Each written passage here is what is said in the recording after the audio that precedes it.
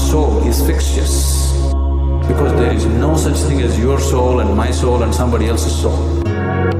Right now, this unboundedness is contained in the limited karmic structure, so it makes you believe as if this is a separate entity. If you take away the keys which hold the karmic structure, then it just collapses.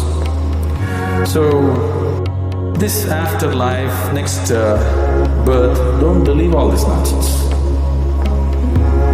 But right now, if you sit here and just close your eyes, you can clearly see more than this body you are, isn't it?